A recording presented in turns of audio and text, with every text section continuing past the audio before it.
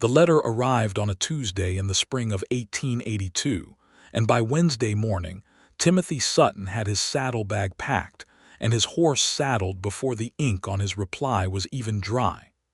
It had started the way most things in his life started, quietly, without ceremony, without warning. He had been sitting at the worn pine table in his older brother's kitchen in Abilene, Kansas, nursing a cup of coffee that had gone cold an hour ago, when Daniel slid the folded paper across the table with the kind of look a man gives when he thinks he is doing something generous but is not entirely sure. "Rancher in New Mexico Territory," Daniel said, settling into the chair across from him. "Man by the name of Chester Walker. He has a cattle operation outside a town called Millhaven, near the Rio Puico. Good land, apparently. Needs a foreman who knows cattle and won't run off when things get hard." Timothy had unfolded the letter without much urgency. He was 28 years old, lean and sun-darkened from a decade of working other men's land, and he had the particular stillness of someone who had learned not to want too much. He read through the first paragraph, which described the ranch's acreage and the number of head Chester Walker ran, and then he read the second paragraph, which described the terms of the position and the modest but honest wages, and then he reached the third paragraph and something shifted in his chest. "He says he has a daughter," Timothy said slowly. "Irene. He mentions her, yes." Timothy kept reading. Chester Walker's handwriting was large and slightly unsteady, the handwriting of a man whose hands were more accustomed to fencing wire than fountain pens, and the words he had used to describe his daughter were not the words Timothy might have expected from a father seeking to make his household sound appealing. Chester had written that his daughter Irene managed the ranch's books and supply orders with absolute exactness, that she had opinions about everything from irrigation to the price of salt pork, and was not shy about voicing them, and that she had, as Chester put it with what read like both exasperation and deep pride, run off the last two foremen with nothing more than a ledger and a sharp tongue. He described her as difficult and precise, and he wrote those two words plainly, without apology, as though they were simply the most accurate words available to him. Timothy read both words and packed his bags before he finished the page. Daniel watched him stand up from the table with a quiet kind of bewilderment. "You haven't even finished reading it." "I've read enough," Timothy said, folding the letter and tucking it into his shirt pocket. "You're not even going to ask how much he's paying. You already told me it's honest wages. That's enough." Daniel leaned back in his chair and rubbed the side of his jaw, which he always did when he thought Timothy was making a mistake but knew better than to say so directly. "You realize you're riding 200 miles toward a woman her own father called difficult." "He also called her precise," Timothy said, pulling his coat off the hook by the door. "A man who is precise with a ledger is a man I can trust with the books. A woman who is precise with a ledger is probably twice as reliable and half as appreciated. I've worked for imprecise men my whole life.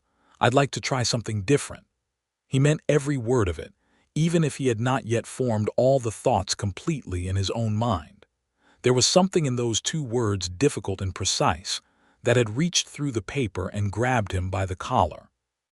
He had grown up in a household full of men who made broad gestures and vague promises, and considered that sufficient.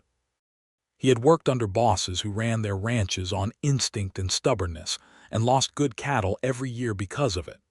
The idea of a woman who was precise, who insisted on exactness, who was apparently difficult enough to have chased off two foremen simply by knowing the numbers better than they did, that did not frighten Timothy Sutton.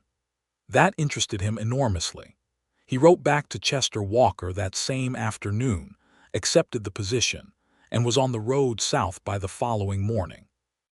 The ride from Abilene to Millhaven took him the better part of 2 weeks.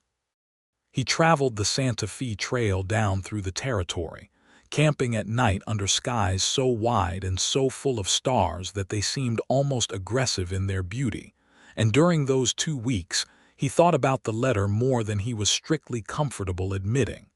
He thought about the word difficult. He thought about the word precise. He tried to construct a picture of a woman built from only those two words, and found the picture kept changing on him, kept refusing to hold still, kept doing something unexpected each time he thought he had it fixed.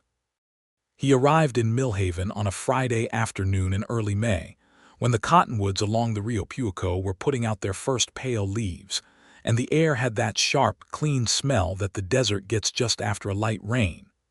Millhaven was not a large town. It had a main street with a general store, a livery, a saloon called the Red Hawk, a small church with a crooked steeple, and a handful of wooden buildings that served various other purposes.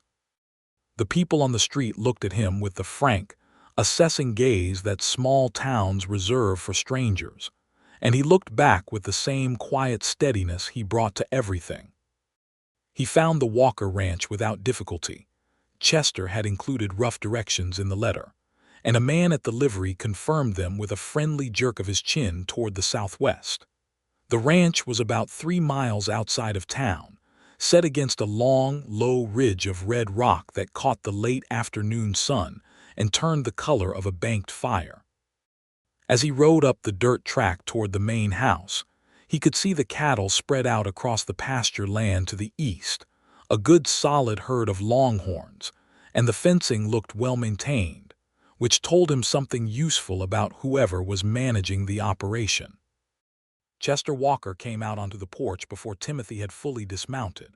He was a large man in his mid-50s, broad through the shoulders, with a white beard and the permanent squint of someone who had spent decades looking into a southwestern sun. He shook Timothy's hand with the grip of a man who still did his own fence work and looked him over with the direct, uncomplicated assessment of someone who had no patience for pretense. "Sutton," Chester said, "you're younger than I expected." "You're taller than I expected," Timothy replied, which made Chester laugh, a short, surprised sound that seemed to please him. "Come inside. Supper's almost ready." The inside of the house was clean and organized in a way that spoke of genuine care rather than performance. The furniture was plain but good, the floors were swept, and on a large desk in what appeared to be a small office off the main room, Timothy could see stacks of papers arranged with a neatness that suggested both system and habit. He noticed the desk before he noticed almost anything else in the room, because it told him something. Chester led him into the kitchen, where the smell of roasting meat and fresh cornbread filled the air with a warm, domestic richness that Timothy had not encountered in some time, and that was where he first saw Irene Walker. She was standing at the cast-iron stove with her back to the door, stirring something in a large pot with the focused attention of someone who was also doing 3 other things in her head simultaneously. She was perhaps 25 or 26, with dark brown hair pinned up at the back of her neck in a practical knot, wearing a plain cotton dress the color of dust-washed blue. She turned when she heard them come in, and Timothy found himself looking at a face that was striking in its intelligence and its gravity, dark eyes behind a pair of wire-rimmed spectacles, a mouth that was set in an expression of neutral evaluation, and the general bearing of someone who had assessed him and filed the assessment before he had finished removing his hat. "Irene," Chester said, "this is Timothy Sutton, the new foreman." "I know," she said. "You mentioned in your last letter that he would arrive this week. Friday seemed most likely given the distance." She turned back to the stove, adjusted the heat, tasted the broth with a small spoon, and added a precise pinch of something from a tin without measuring it visibly but clearly measuring it in some internal system of her own. "Supper will be ready in 20 minutes. Your room is the second door on the left down the hall. There is clean water in the pitcher and a towel on the hook." Timothy stood in the doorway and felt the particular sensation of having expected something and received something better. "Thank you," he said. She glanced at him sideways over the rim of her spectacles with an expression that said she was not sure yet what to make of him, but was willing to suspend judgment for the time being. It was not a warm look. It was not an unwelcoming one either. It was the look of a woman who had learned to wait for evidence before forming conclusions. He discovered very quickly why the previous foreman had found her difficult. On his first full day at the ranch, when he was reviewing the operation with Chester and discussing plans for the upcoming cattle drive that would take a portion of the herd north to the rail yards in Socorro, Irene walked into the middle of the conversation with a ledger under her arm and corrected his estimate of the herd's marketable weight with a figure that was more precise than his by approximately 300 pounds per dozen head, which amounted to a difference in projected revenue that was, as she noted without any particular satisfaction, not insignificant. She was right. He knew she was right the moment she said it because she had the numbers in front of her and he had been estimating from memory. Chester watched this exchange with the expression of a man who had lived through it many times and was curious how the new man would respond. "You're right," Timothy said simply. "I should have asked to see the ledger before I gave a number." Irene paused in the way of someone who had prepared for an argument and was now recalibrating. "Yes," she said after a moment. "You should have." "Can I look at it now?" She handed him the ledger. He sat down at the kitchen table and spent the next hour going through it page by page, asking her questions when something needed clarification, and she answered each question with the direct, efficient precision that he was already beginning to recognize as simply how she functioned, not coldness, not unfriendliness, but a kind of stripped-down honesty that had no room in it for vagueness or flattery. By the end of that hour, Timothy Sutton had revised his estimate of Irene Walker entirely. She was not simply good with numbers. She understood the entire ecology of the ranch, the interplay between grazing rotation and pasture health, the relationship between water access and cattle weight, the timing of supply orders against the seasonal fluctuations in prices at the general store in town. She had built a system in those ledgers that was, in the plainest possible terms, extraordinary. "These ledger entries go back 6 years, he said, looking up from the pages. "Did you build this system yourself?" "My mother started it," she said, sitting across the table from him with her hands folded and her eyes steady. "She died 4 years ago. I continued it and expanded it. I'm sorry about your mother. Thank you." The words were quiet and meant sincerely. She looked at the ledger in his hands with an expression that carried something deep and private in it. She was the one who first understood that running a ranch well is mostly about paying attention to things that seem small. The price of salt pork, the weight of calves at weaning, the days between water rotations. She said that if you paid attention to everything small, the large things mostly took care of themselves. Timothy looked at her over the pages of the ledger and felt something settle in him like a stone finding the bottom of a clear pool. "She sounds like she was a remarkable woman." "She was," Irene said, and there was no performance in it, no reaching for sentiment, just the plain and absolute truth of it, and it moved him more than a great deal of elaboration would have.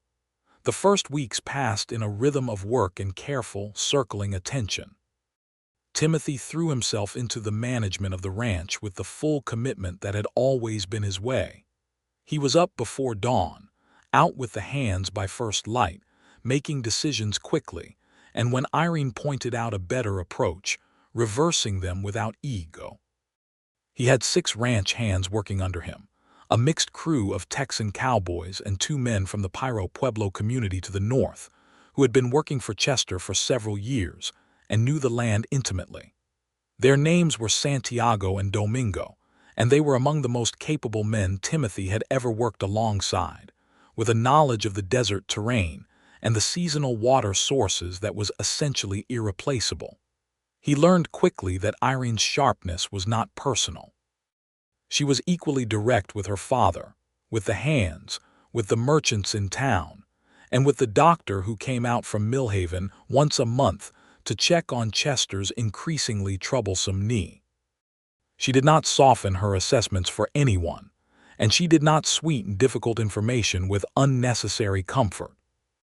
But he also noticed, because he was paying attention, that she brought Chester his coffee exactly the way he liked it every morning without being asked, that she kept a small garden of medicinal herbs behind the house and quietly prepared remedies for the hands when they were ill, and that she spent a portion of every Sunday afternoon reading to Santiago's young son, who had been born with difficulty in his eyesight and could not read for himself. She was difficult and she was precise, and she was also, though she seemed entirely unaware of it, quietly and consistently kind. He thought about that a great deal. He thought about it on the long days in the saddle checking fencing and moving cattle, and he thought about it in the evenings when he sat on the bunkhouse step and watched the desert sky turn from gold to copper to deep violet, and he thought about it in the small hours of the night when the coyotes were singing in the hills and he ought to have been sleeping. The first time he made her laugh, it was an accident. They were in the office, going over supply orders for the cattle drive, and he had made a remark about the inconsistency of the feed merchant in Socorro. A man named Burl Dawson, who was apparently famous in the region for charging different prices on different days depending on what mood he was in. And he had said it in a dry, matter-of-fact tone that apparently struck Irene's sense of the absurd at just the right angle. Because she made a small sound that was unmistakably laughter and then looked almost startled by it, as though she had not expected herself to do it. She recovered her composure quickly and returned to the supply list, but he had seen it. He stored it away with the same care she brought to her ledger entries. The cattle drive north to Socorro took 12 days and went well overall. Timothy led the drive with Santiago and Domingo and 3 of the other hands, while Irene stayed at the ranch with her father and one of the younger hands, a boy of 19 named Pete Hara, who was still learning his trade and whose primary usefulness at that stage was his willingness to do whatever was asked without complaint. On the 3rd night of the drive, camped along the edge of a dry wash with the cattle settled and the fire burning low, Santiago said, without preamble and without looking up from the knife he was sharpening, "Miss Walker does not like most people." Timothy looked at him. Santiago was in his early 40s, compact and serious, with a face that had been weathered into something almost architectural by years of outdoor work. He was not a man who wasted words. "I've noticed she's particular," Timothy said carefully. "Particular," Santiago repeated, testing the word. "Yes, that is a good word for it. She is particular." The last foreman, Hendricks, he spent 4 months arguing with her over the hay inventory. He was wrong the whole time. He knew he was wrong and could not stop arguing. Santiago looked up from the knife. "You said she was right on the first day." "She was right on the first day." "Yes." Santiago went back to sharpening. "She noticed that." Timothy sat with this for a while. The fire crackled. Out in the dark, one of the cattle shifted and lowed softly. The sky above the desert was brilliant and enormous. The Milky Way laid across it like a river of cold light. "She noticed," Timothy said, more to himself than to Santiago. "She notices everything," Santiago said simply. "That is the whole of her." The drive reached Socorro on schedule, and the sale went well better than Timothy's revised estimate. In fact, which meant the margin they carried home to Chester was solid, and the ranch's position going into summer was strong. Timothy sent a brief note back ahead of him with a passing mail rider, giving Chester the figure, and when he rode back into the ranch yard on a warm May evening with the hands dusty and tired and satisfied, Irene was standing on the porch with the note in her hand and something in her expression that was not quite a smile, but was adjacent to one. "You came in $14 over the revised projection," she said. Burl Dawson was in a good mood, Timothy said, swinging down from his horse. This time the sound she made was definitely a laugh, small, controlled, but real. He handed his horse off to Pete and walked up onto the porch, and for a moment they were standing close together in the warm evening light, her dark eyes bright behind her spectacles and the note from the drive still in her hand. And the air between them had a quality that Timothy could not precisely name, but that made him acutely aware of everything. The smell of the desert after a warm day, the sound of the windmill turning slowly near the water tank. The particular way the setting sun caught the edge of her spectacles and turned them gold. "Well done," she said, and then she turned and went inside, and he stood on the porch for a moment afterward and breathed the evening air and thought that those 2 words from her were worth considerably more to him than the 14 extra dollars from Burl Dawson. The summer unfolded in heat and work, and the gradual, careful accumulation of small moments. They fell into a habit of meeting in the office after supper each evening to go over the next day's operations, and those meetings stretched longer as the weeks passed, first 15 minutes, then half an hour, then sometimes an hour or more, because it turned out that when Irene Walker stopped evaluating and started talking freely, she was one of the most interesting people Timothy had ever encountered. She had read widely and thought deeply, ordering books from the catalog that came through the general store in Millhaven, with the same systematic approach she brought to supply orders. She had opinions about irrigation engineering, about the economics of the cattle market, about the territorial legislature and its consistent failure to address the water rights disputes that were creating friction all along the Rio Puico Valley. She had been taught to read and calculate by her mother, and had then largely educated herself beyond that point, and the result was a mind that was both rigorous and genuinely curious. He told her about his childhood in Kansas, about his father's small homestead that had failed twice to drought and once to bad luck, about the years he had spent hiring out as a hand and slowly learning every aspect of cattle work from the ground up. He was not a man who talked about himself easily, but with her it came more naturally than he expected, perhaps because she listened with the same focused attention she brought to the ledger, making it feel as though what he said was being genuinely received. One evening in late June, he came into the office to find her not at the desk but at the window, standing very still, looking out at the last light fading over the red rock ridge. There was something in her posture that he had not seen before, a kind of tiredness that went deeper than physical, a weight she was carrying quietly. "Is something wrong?" he asked. She turned from the window. "My father's knee is worse. The doctor in town thinks he may need surgery, but the surgeon who could do it is in Santa Fe. It would mean several weeks away from the ranch, and the cost is not trivial." Timothy sat down in the chair near the desk. "The sale from the drive put us in a good position," he said carefully, "and if we manage the summer rotation well, the fall herd should be substantial. The numbers could support it." She looked at him for a long moment. "I know that. I ran the numbers this morning." She paused. "I suppose I am not worried about the numbers. I am worried about my father." There was something raw and genuine in this admission, the acknowledgement that the worry was not practical but personal, that it lived beneath the numbers where her precision could not reach it. He recognized this, because he had felt it himself when his own father was ill, the helpless feeling of caring deeply about someone whose well-being was not within your control. "He is a strong man," Timothy said. "He is a stubborn man," she said, with a complicated look that was equal parts frustration and love. "Which is not the same thing, though people often confuse them." "No," Timothy agreed, "it is not the same thing." She looked at him with a flicker of something warm and considering.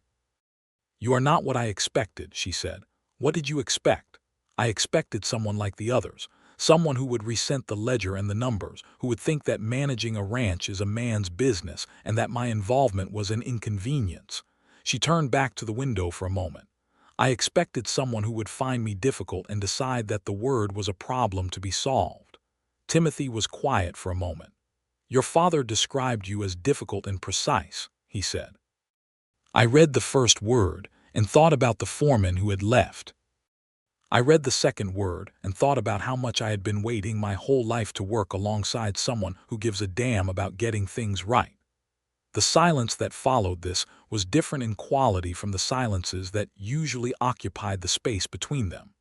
She did not turn from the window immediately, and when she did, there was something in her face that was open in a way he had not yet seen, a brief lowering of the careful guard she kept around herself.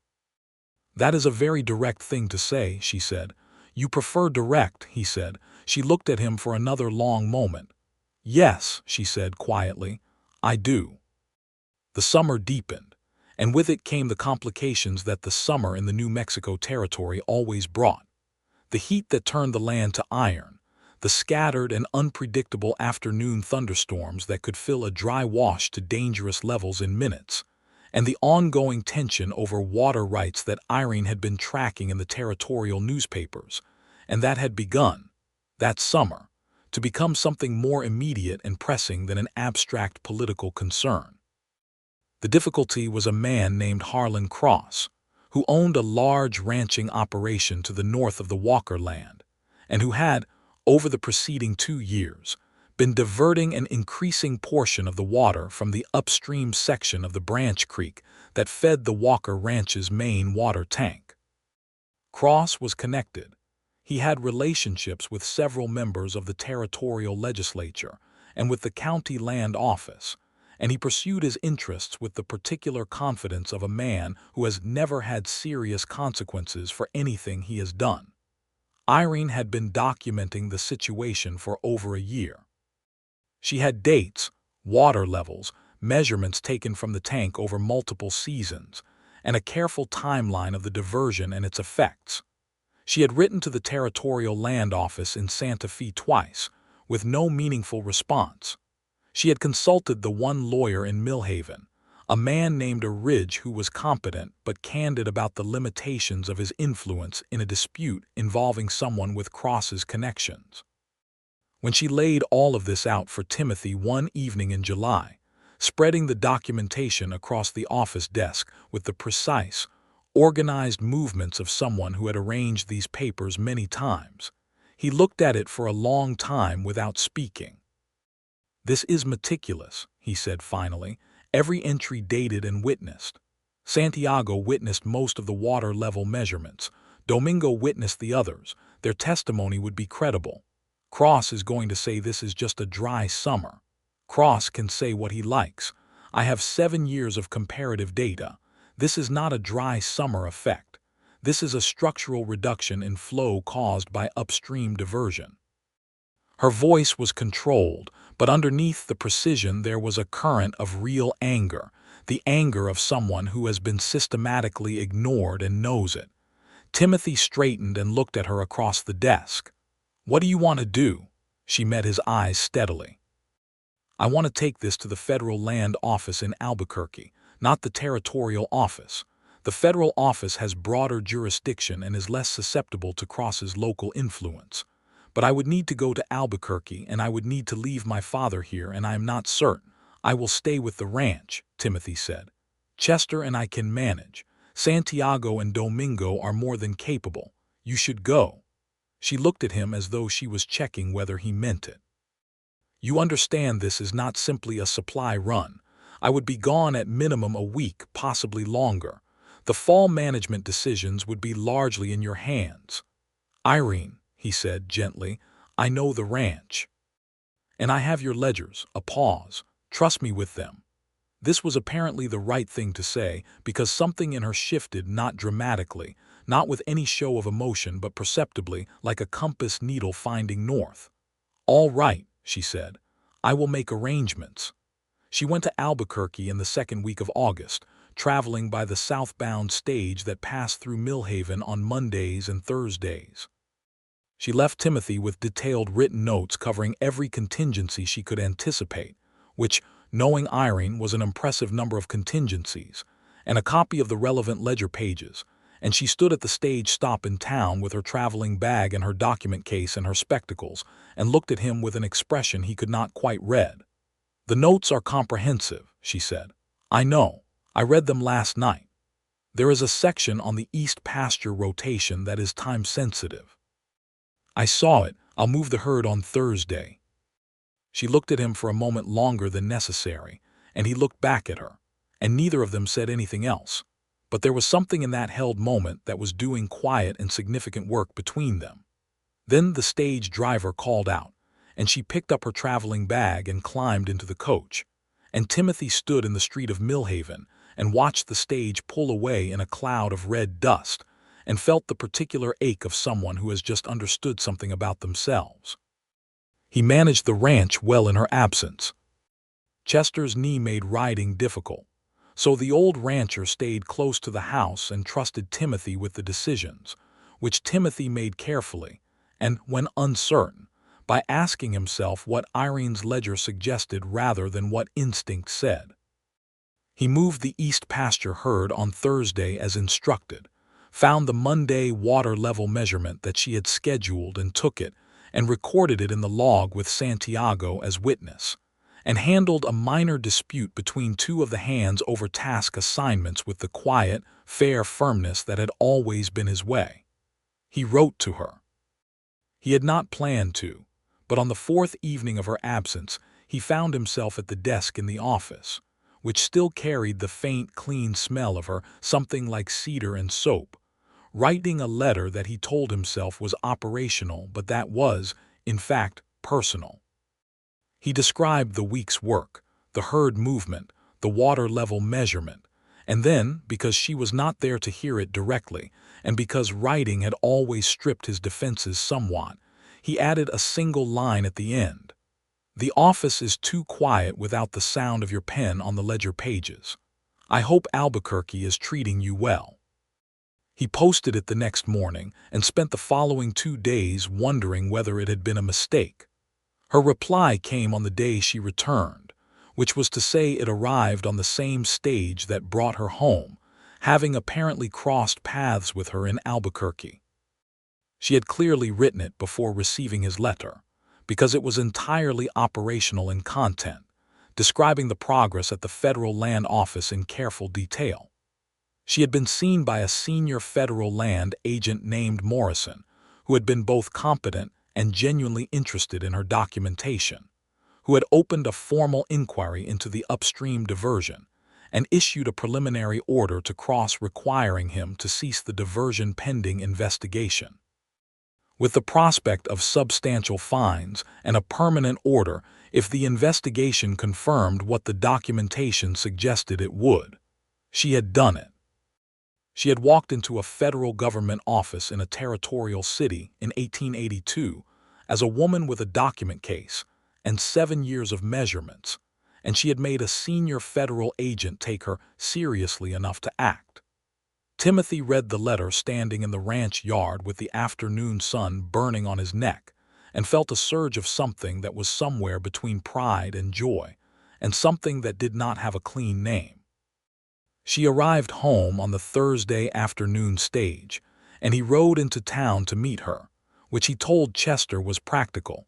She would have luggage, but which Chester received with an expression of mild amusement that he was too tactful to elaborate on. She came down from the stage looking tired but steady, with a directness in her eyes that said she had done what she went to do and was satisfied with it. And when she saw him waiting with the wagon, she stopped for just a moment, and a smile crossed her face. A real one, not the small, careful ones he had been cataloging, but a genuine, open smile that changed the whole architecture of her expression and made his heart do something athletic and undignified. "You came," she said. "Someone had to handle the luggage," he said, and she laughed, the full laugh this time, not the small, controlled one. And he thought he could have stood in the dusty street of Millhaven and listened to that sound for quite some time. On the ride back to the ranch, she told him about Albuquerque in the careful, organized way she described everything, but there was warmth in it this time, a pleasure in the telling that he had not heard before, and when she reached the part where Morrison had looked up from the documentation and said, "Miss Walker, this is one of the most complete water rights cases I have received in 10 years. She paused and looked at him sideways with an expression that was almost shy in its satisfaction. "He said that?" Timothy asked. "He said it twice," she said. "Once when he read it and once when I was leaving." Timothy laughed. "Your mother's system," he said. She looked at him quickly, and the expression on her face was something he had not seen there before, surprised and moved and grateful all at once, the expression of someone who has had something important recognized. "Yes," she said softly. "Exactly." That evening after supper, when Chester had gone to bed early because of his knee, they sat on the porch together in the warm August night with the stars spreading overhead and the coyotes distant in the hills, and it was different from all the other evenings they had spent working in the office. The work was not there to structure the time, and neither of them moved to go inside. Irene had removed her spectacles and was turning them slowly in her hands, a habit she had when she was thinking about something that was not entirely comfortable. "Your letter arrived the day I was leaving Albuquerque," she said, without preamble. He looked at her in the darkness. "I wasn't sure whether to send it." "The office is too quiet," she said, repeating his words back to him with a careful neutrality that he could not interpret. "It was," he said. "It is." She was quiet for a moment, still turning the spectacles. "I am not an easy person," she said. "I am aware of this. I have been told it many times, and I have come to understand that it is simply true, that my manner is not soft and my expectations are high, and I am not patient with carelessness." She paused. "The previous men who worked here found that intolerable. Most people find it easier to be around someone who tells them what they want to hear." "I don't," he said. She looked at him steadily. "I know you don't. That is what I have been thinking about." Another pause, longer this time. "I have been thinking about it since June." He had been thinking about it since the day he read the letter. He said so.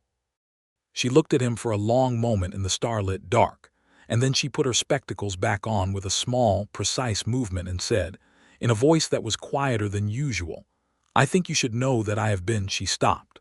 Started again. "I am not accustomed to allowing myself to—" She stopped again, and there was something almost painful in the effort of it, in watching this woman who was fluent in everything she chose to say struggle with words for the first time. He leaned forward slightly and said very gently, "Irene." She looked at him. Her eyes, behind the spectacles, were dark and serious and entirely unguarded. "I think I know what you're trying to say," he said. "Do you?" she said, and it was not entirely a question. "Yes," he said, "and I have been trying to say the same thing since about the 3rd week of June." A long pause. The windmill turned with a slow, familiar creak. Somewhere in the darkness a mockingbird was going through its repertoire. "We should be very certain," she said. "I am very certain." Timothy. His name in her mouth, said that way, with that particular weight, made something open in him like a door he had not realized was closed. "Irene," he said, matching her tone, and the slight smile that came to her face then was the loveliest thing he had ever seen. He took her hand, which was lying on the porch railing, and she looked down at their joined hands for a moment with the expression she brought to things she was examining carefully and intending to keep, and then she turned her hand over and held his back. They sat like that for a long time while the stars wheeled overhead, and the desert breathed its warm, dry, ancient breath around them. And Timothy Sutton thought that this was the exact opposite of every wrong decision he had ever made, and the closest he had ever come to being entirely in the right place. The weeks that followed had a sweetness and a complication to them in equal measure, because falling in love with Irene Walker was not a simple or unchallenging experience. It was not simple because she was, as advertised, precise and difficult. She did not drift towards sentiment or blur the edges of her observations to make them more pleasant, and she expected from the people close to her the same honesty she practiced herself. It was not simple because they lived and worked in the same household, which created a particular kind of proximity that required both of them to navigate carefully. And it was not simple because Chester Walker, while clearly fond of Timothy, was also a father in the old tradition, and had very definite views about the appropriate pace of things. Chester's views turned out to be somewhat more flexible than Timothy had anticipated. He took Timothy aside one evening in late August, called him in from the bunkhouse with a formal "I'd like a word," which had Timothy briefly and unreasonably concerned about his employment status, and said, standing in the dim kitchen with his hands in his pockets and his white beard catching the lamplight, "I am aware that my daughter's feelings have changed in your direction this summer." "Yes, sir," Timothy said. "Mine as well." Chester was quiet for a moment. "I described her as difficult in my letter to you. You also described her as precise." "Yes." Chester's face did something complicated. "Her mother was both of those things as well. It took me about 3 months to realize that those two words were not warnings but descriptions, and that a woman described that way is one of the best things that can happen to a man if he has the sense to understand it. He looked at Timothy steadily. You seem to have the sense. I'd like to think so. Then I have no objection, Chester said simply, none whatsoever. In fact, and here his composure briefly and touchingly slipped, I've been hoping for some time that someone worth her time would come along. I had begun to worry. He cleared his throat. That is all I wanted to say. Timothy stood up and shook Chester's hand, and the older man gripped it firmly and met his eyes with an expression of plain and genuine warmth, and that was that. Autumn came to the New Mexico territory with the dramatic, sudden gold and crimson that the land produced in a brief, intense season before the cold set in, and with it came good news on multiple fronts. The federal land agent Morrison completed his preliminary inquiry into the water rights situation and issued a formal order to Harlan Cross, restricting his diversion to its historical levels and requiring him to pay into a restoration fund for the downstream properties affected. Cross had enough legal trouble at that point. The investigation had apparently turned up other irregularities in his land use practices, that he complied without the fight that Irene had been bracing for.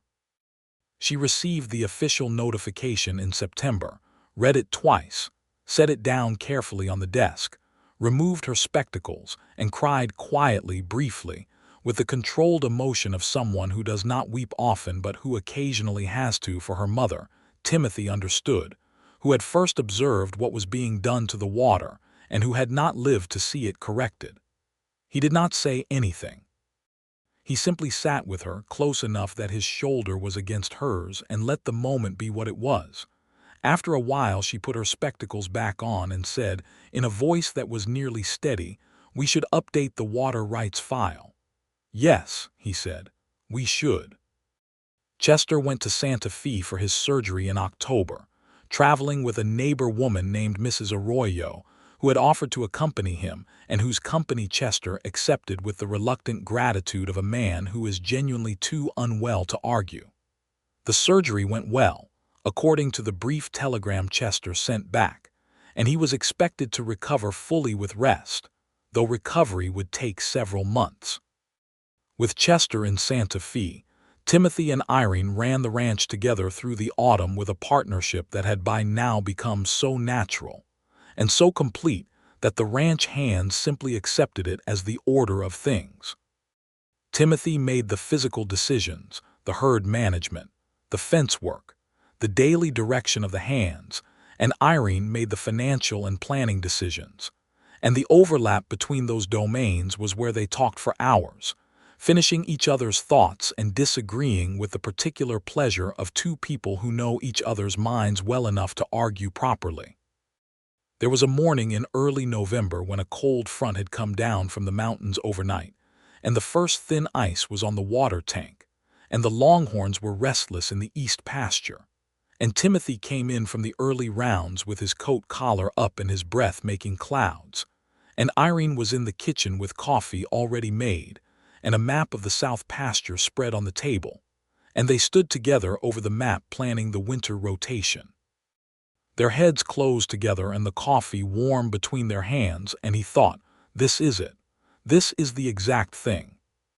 Not a grand moment, not a dramatic one, but a Tuesday morning in November with cattle to manage and coffee going cold, and the woman he loved pointing at a map with her precise, certain finger.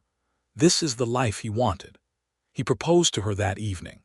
He had thought about how to do it and had concluded that, with Irene, anything elaborate or theatrical would be wrong. What she valued was honesty, directness, the clear statement of a real thing without ornamentation. So he sat across from her in the office after supper, with the ledger on the desk between them and the lamp casting its warm, steady light, and he said, "I want to marry you." She looked at him over the ledger. Her expression was contained but not controlled. There was something moving in it, visible to him now in the way that a landscape becomes readable once you have walked it many times. "You are certain," she said, not quite a question. "As certain as I have ever been of anything," he said. "More certain than I've ever been of anything." She closed the ledger and set her pen down with great deliberateness.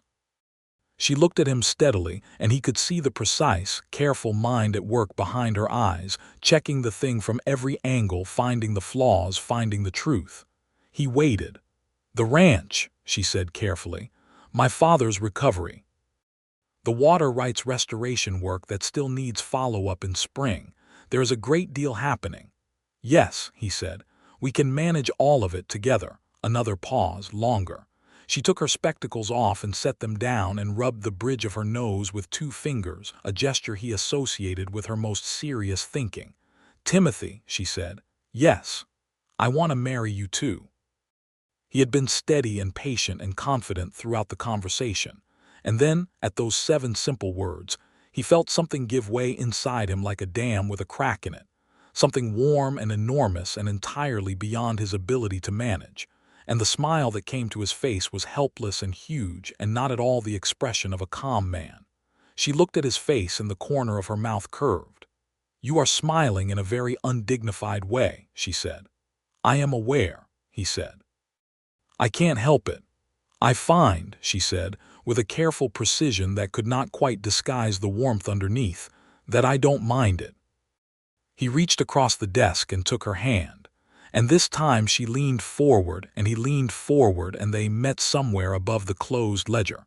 And when he kissed her, it was gentle and certain, and everything that the whole preceding summer and autumn had been quietly building toward.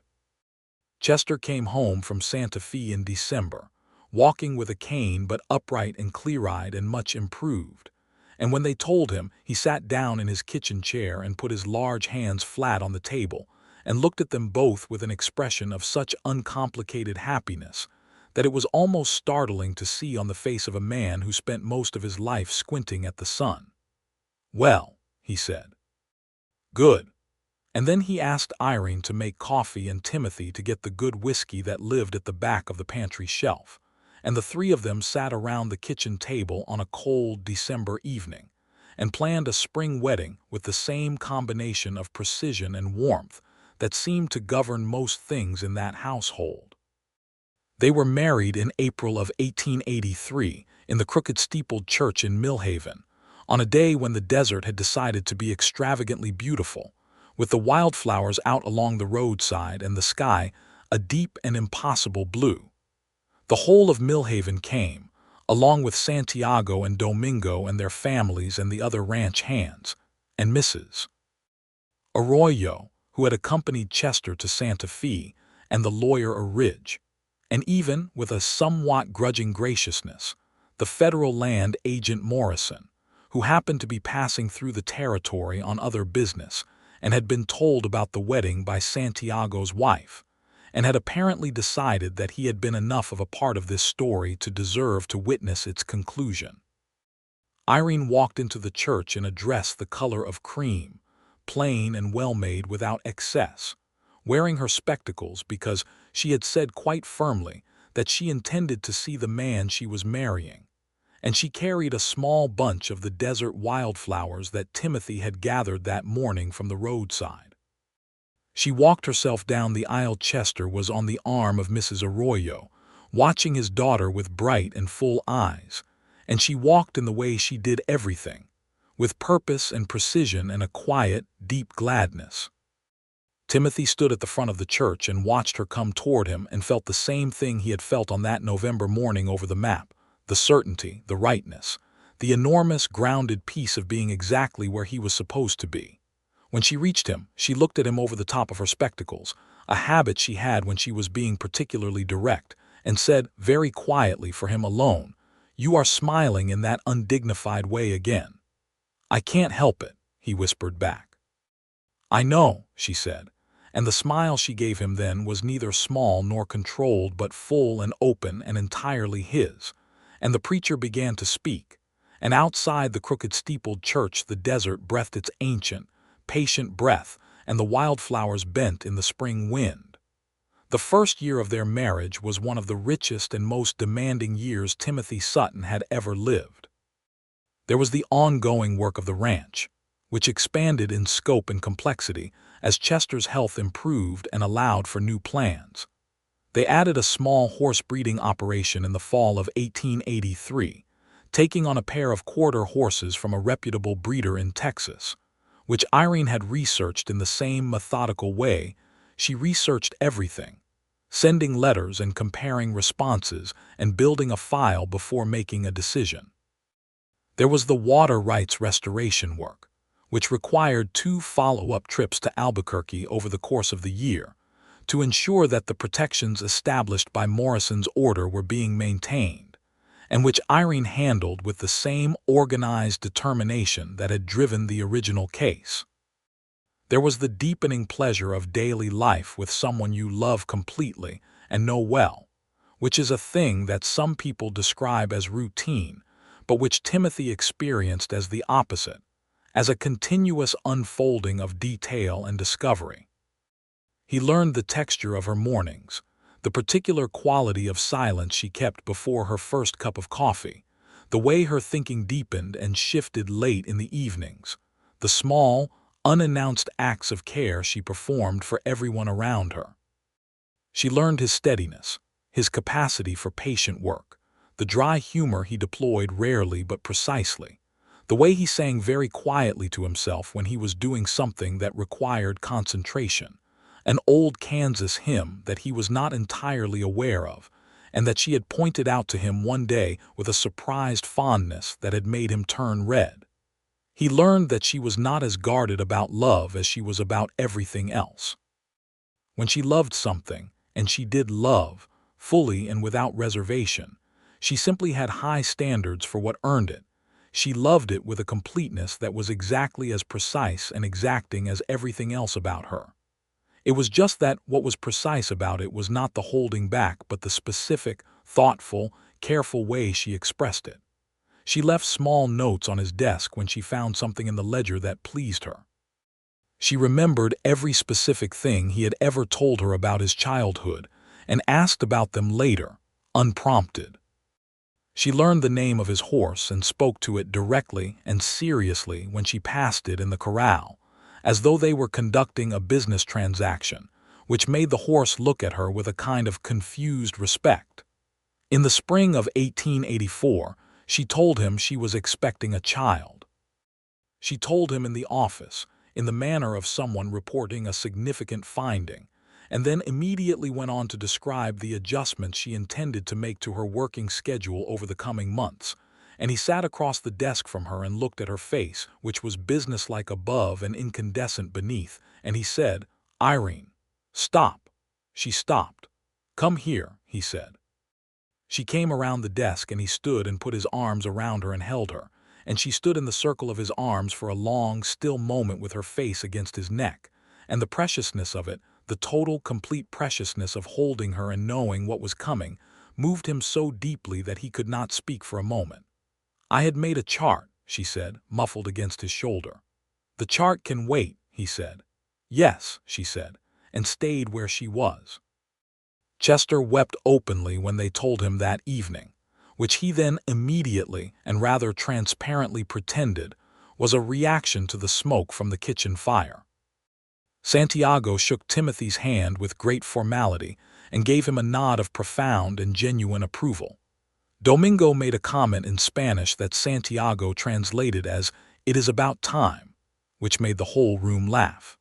The baby was born in December of 1884, on a cold, clear night when the stars were very bright over the Red Rock Ridge and the coyotes were singing in the distant hills. He was a boy, dark-haired and loud, and they named him James, after Irene's father, whose given name was James Chester Walker, though he had gone by Chester since boyhood. James Walker Sutton came into the world with his mother's precision of expression. He was, from the first days, remarkably clear in communicating exactly what he wanted, and when he wanted it, and his father's capacity for stillness, which in infants translated to a quality of serious attention that made people remark on it.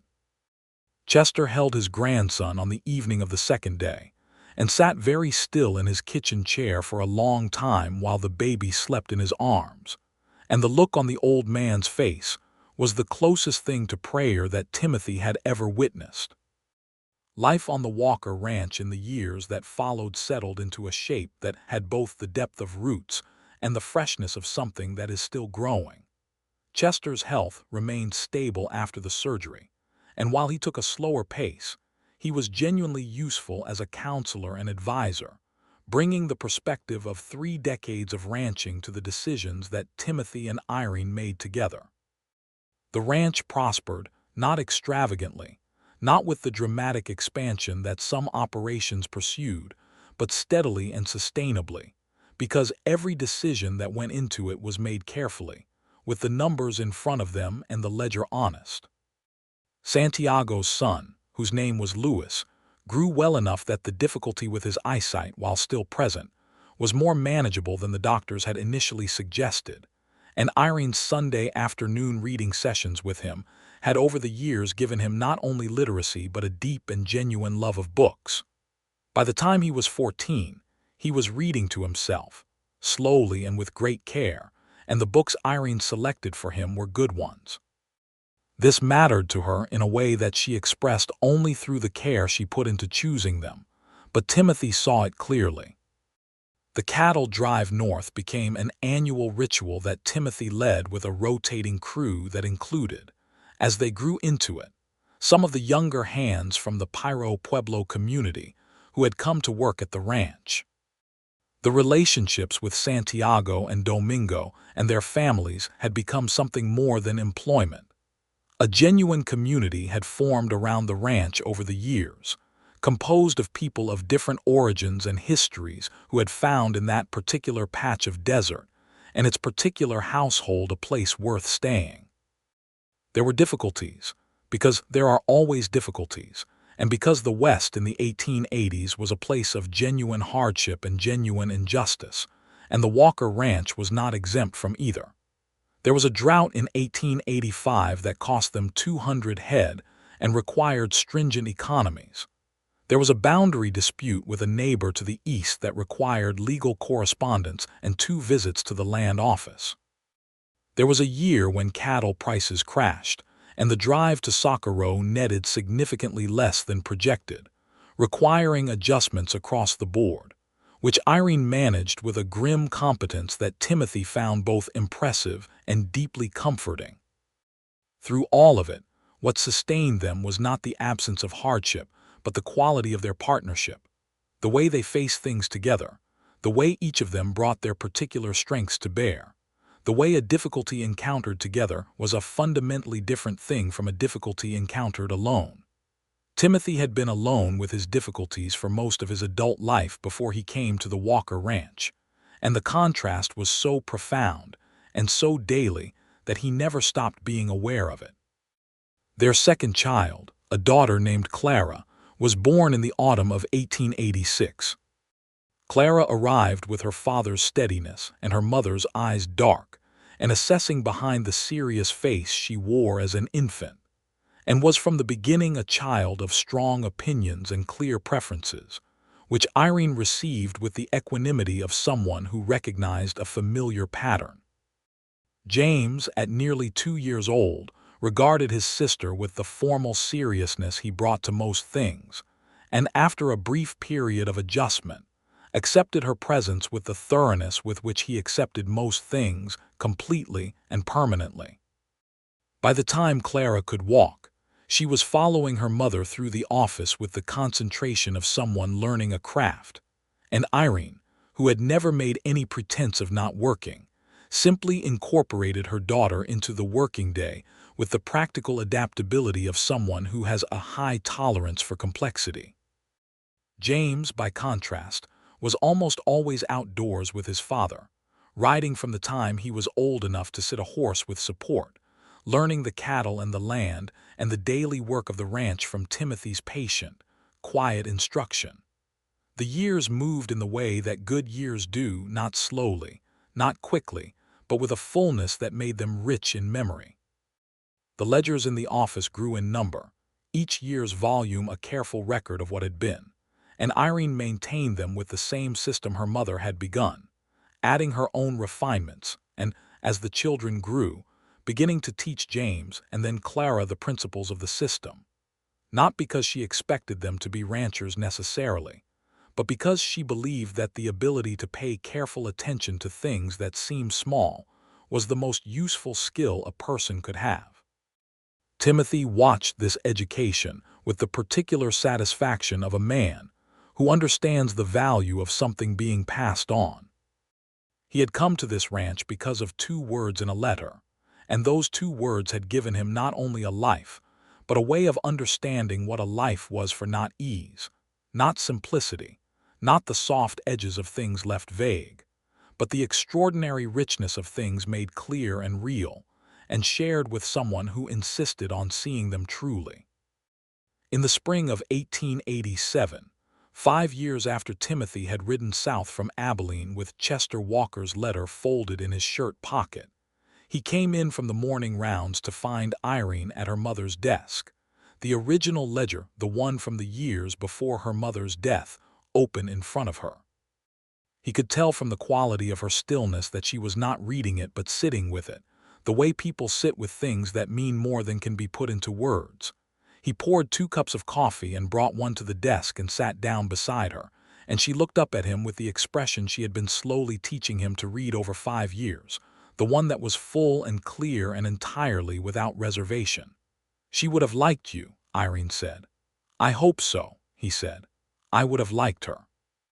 She looked at the open ledger and then at him, and her hand came to rest on his forearm with that particular precision she brought to everything, not accidentally, not casually, but deliberately, because she had decided to and because she meant it completely. "You know," she said after a moment, "my father described me as difficult and precise in that letter." "He did," Timothy said. "When I found out he had written that, I was very annoyed with him." "When did you find out?" "He told me the night before you arrived. He was clearly nervous about whether you would come at all, given what he'd written." She paused, and the look on her face was something complicated and fond. "I told him it was absurd to describe a person that way to a stranger. But the right stranger would read it and not be put off."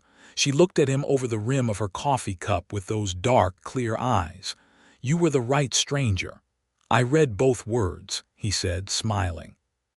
"You packed your bags before you finished the page," she said, and the smile she gave him in return was the full, open one that had been his since that evening in Millhaven when she came down from the stage. And it was as lovely now as it had been then, and would be in 10 years and 20 years and all the years that were coming. He took her hand, because he was allowed to and because he always wanted to, and she held his back with the certain, deliberate grip of someone who keeps the things she values. And through the window of the office, the New Mexico morning was doing what it did, enormous and brilliant and indifferent to everything that was not the sun and the rock and the old, patient land. And inside the house the sound of James and Clara waking up was beginning to come down the hall. The small voices and the footsteps and the ordinary, irreplaceable music of their specific, particular life.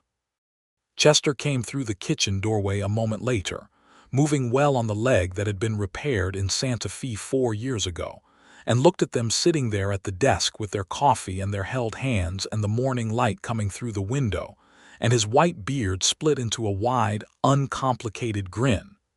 "James is demanding breakfast," he said. "He is your grandson," Irene said, without looking up. Chester laughed and went to the stove, and Timothy squeezed Irene's hand once, and she squeezed back, and the morning came fully in through the window and filled the room, and everything that had needed to be resolved was resolved, and everything that had needed to be said had been said, and the life they had made together in this particular corner of the New Mexico territory was alive and whole and good. The following year brought a 3rd child, a boy named Robert, who arrived in the summer of 1888 with a shock of red hair that stunned everyone, given that neither Timothy nor Irene had red hair, until Chester mentioned with deliberate casualness that his own mother had been a redhead, which explained it entirely, and which Chester seemed to find quietly satisfying, as though the boy had arrived specifically to honor that particular branch of the family tree. Robert was from the beginning the loudest and most enthusiastic member of the household, a contrast to his serious older brother and his watchful older sister that seemed to amuse everyone equally. And his energy was the kind that fills a house with noise and disorder and an overabundance of life. Irene managed Robert's chaos with the same precision she managed everything, which mostly meant establishing very clear rules and enforcing them completely, which Robert tested regularly and with great creativity. Timothy handled him by taking him outdoors as much as possible, a strategy that Santiago had recommended from the experience of his own energetic son, and that proved entirely sound.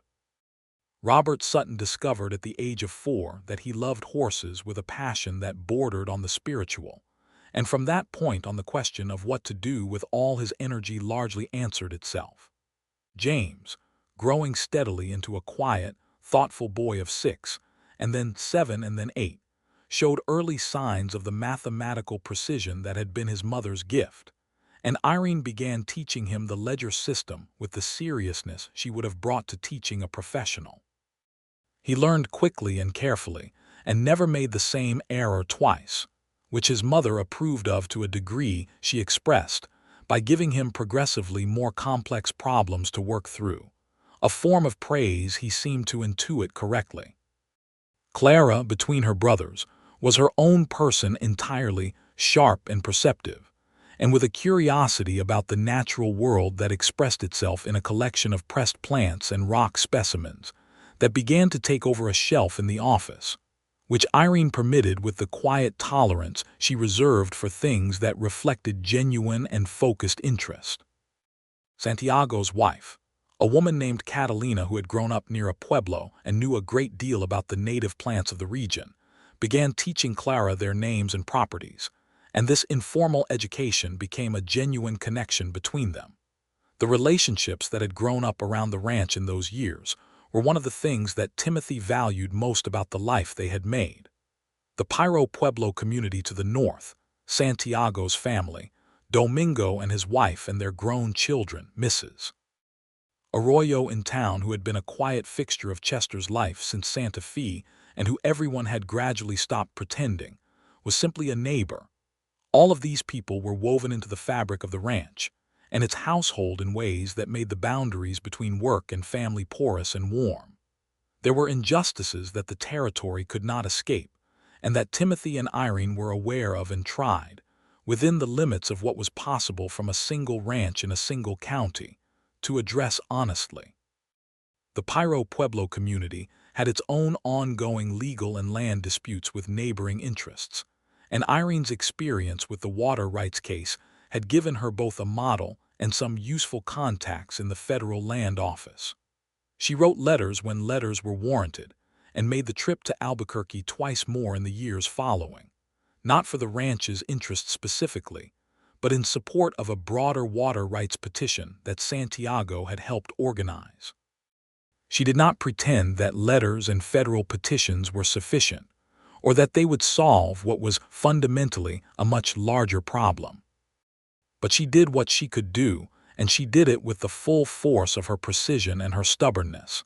And Timothy rode with her to Albuquerque both times and sat in the waiting rooms and let her do the talking, because he knew that she was the right person to do the talking, and because watching her do, it never stopped being one of the most impressive things he had ever witnessed.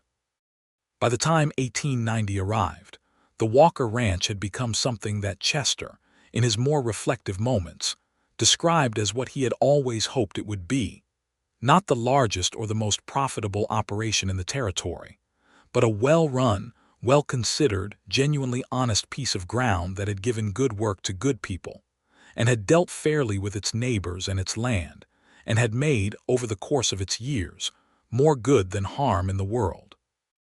Chester's health was good for his age, and he was still a daily presence on the ranch, more in an advisory role now, but one that Timothy and Irene relied on genuinely, because 30-plus years of experience with that particular patch of desert was a resource that no amount of careful ledger-keeping could replace.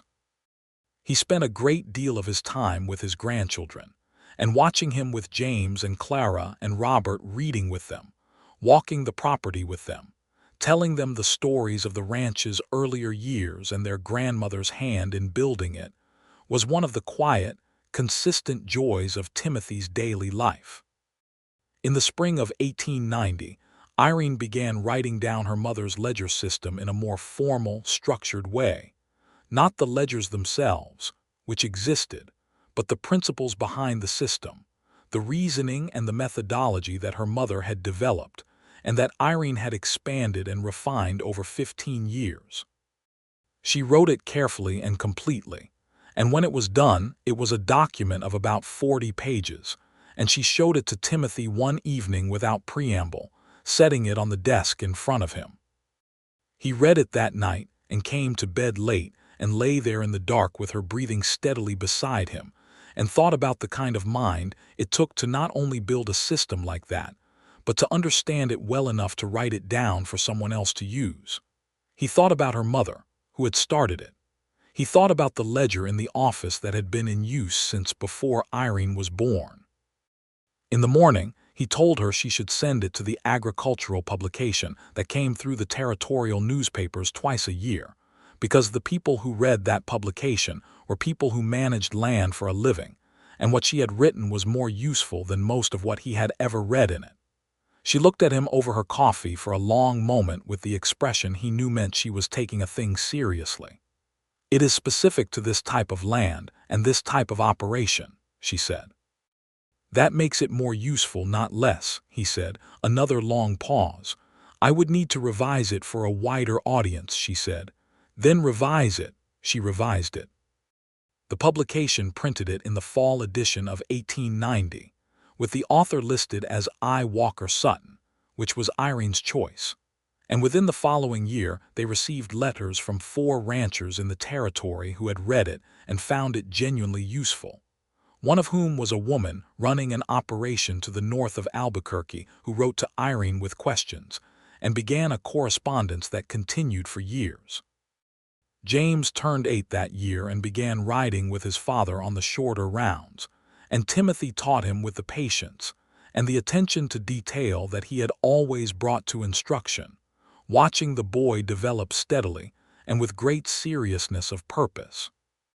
James had his mother's precision and her distaste for vagueness, and Timothy found teaching him both enormously satisfying and occasionally challenging, in the way that teaching someone who will argue with you when you are imprecise is both satisfying and challenging. Clara at 6 had decided that she intended to be a doctor. She had arrived at this conclusion by a process that was entirely her own. It had something to do with the medicinal herb garden her mother kept, and Catalina's plant knowledge, and the visit of the Millhaven doctor one spring when she had watched him set a ranch hand's broken finger with a calm efficiency that she had apparently found deeply compelling. She announced this intention at supper one evening with the complete seriousness of someone making a business proposal, and the table received it in various ways. Chester said it was a fine ambition, Timothy said he believed her, and Irene looked at her daughter with an expression of such specific, clear-eyed pride that Clara seemed to straighten an inch. "There will be people who say you cannot," Irene said. "I know," Clara said. "Pay attention to the useful ones and ignore the rest," Irene said. "There is a difference between a person who says you cannot and someone who says here is why that specific approach will not work and here is a better one. The first kind is wasting your time. The second kind is giving you something." Clara considered this. "How do you tell the difference?" "The first kind is usually louder," Irene said, and returned to her supper. Robert at 2 was too young for these conversations, but he was listening with the focused attention he brought to everything that was happening around him, which was the one thing he had of his mother's, not the precision, not yet, but the attention. He noticed everything. He just filed it differently than she did, less in columns and more in a kind of exuberant catalog of things that were interesting. The 1890s came in with the particular quality of a territory that is changing around you. The railroad had come to Millhaven in 1888, which transformed the logistics of the cattle drives significantly, making it possible to ship herd north to the Kansas markets without the long overland drive, which was a change that Timothy and Irene had discussed and planned for, and adapted to with the flexibility that had always characterized their management of the ranch. The railway brought other changes to more people, more commerce, a faster connection to the wider world, and with it more of the complication and opportunity that wider connection always brings. New Mexico Territory in the early 1890s was a place in motion, working its way toward statehood with the particular combination of ambition and dysfunction that characterized territorial politics. And Irene followed these developments with attention, and increasingly, with direct engagement. She wrote to the territorial legislature on several occasions on matters of water law and land use, and she participated in a territorial agricultural convention in 1891 that brought ranchers from across the territory to Santa Fe for 3 days of discussion that she described to Timothy on her return as simultaneously the most useful and most frustrating experience of her professional life. Because the quality of the thinking in the room had been high, but the willingness to act on good thinking had been inconsistent. Timothy had stayed with the ranch and the children while she was in Santa Fe, an arrangement that worked well because James was now old enough to be genuinely helpful. Clara was self-sufficient in a way that was almost preternatural for her age, and Robert's energy could be directed outdoors with reasonable success. Chester was there, of course, and Catalina came over from Santiago's house each day to help with the cooking and the children, and the whole of it ran more smoothly than Irene had expressed in the notes she had left, which had been comprehensive. She returned from Santa Fe with 3 new correspondents, 2 resolutions she had helped draft, and a copy of a water rights precedent from a California case that she believed would be useful to the ongoing situation in the territory. And she came home the way she always came home from Albuquerque or Santa Fe or anywhere else, with a precise and comprehensive account of everything that had happened and an immediate, focused attention to the state of the ranch and the household. Checking the ledger on her first evening back, as though reassuring herself that the ground under her feet was still solid. Timothy sat across the desk from her while she read through the entries he had made in her absence and waited for the assessment that always came. The east pasture water level on the 14th, she said, without looking up. Low, he said, we moved the herd a day early. The measurement on the following entry reflects that. She looked up. Good decision. These were the words she used. Good decision. Not extravagant, not soft-edged, but meaning exactly what they said, that she had checked his work and found it sound, and that this was the thing she most valued. He had known for years that this was what they were worth from her, and he had come to value them exactly as they deserved. The children, she said. James learned to read a map this week. Clara has decided that the medicinal herb garden needs to be expanded by at least half, and has produced a list of what she intends to plant. Robert fell off the fence twice and walked away from it both times without crying. She listened to this with the expression she wore when she was receiving information about her children, focused and tender in equal measure, the precision of her attention and the depth of her love making something that was uniquely her. He did not cry, got up and dusted himself off and told the fence it was its fault. She made the sound that was her laugh, the full version, the one that was his. He will be trouble, she said. He already is, Timothy said contentedly. She looked at him across the desk with the lamp between them and the night settled outside and the house quiet, the children asleep and Chester gone to bed, and the desert doing its dark, starlit work around the ranch, and her expression was one he had been learning for 8 years and was still learning, still finding new light in it, new corners, new evidence of all that she was. I am glad to be home, she said. We are glad you are home, he said. I am very glad you are home. She closed the ledger and set it aside and leaned her elbows on the desk in the way she did when she had finished working and was simply being, and the look she gave him then was uncomplicated and entire. "You know," she said, "the night before you arrived, when my father told me what he had written about me in that letter, I thought the whole business was a mistake. I thought no reasonable man would read that description and want to come. I came before I finished reading it," he said. "Yes," she said. "That is the part I have been thinking about for 8 years." A pause. Why? It was a question she had never directly asked, and he considered it with the seriousness it deserved.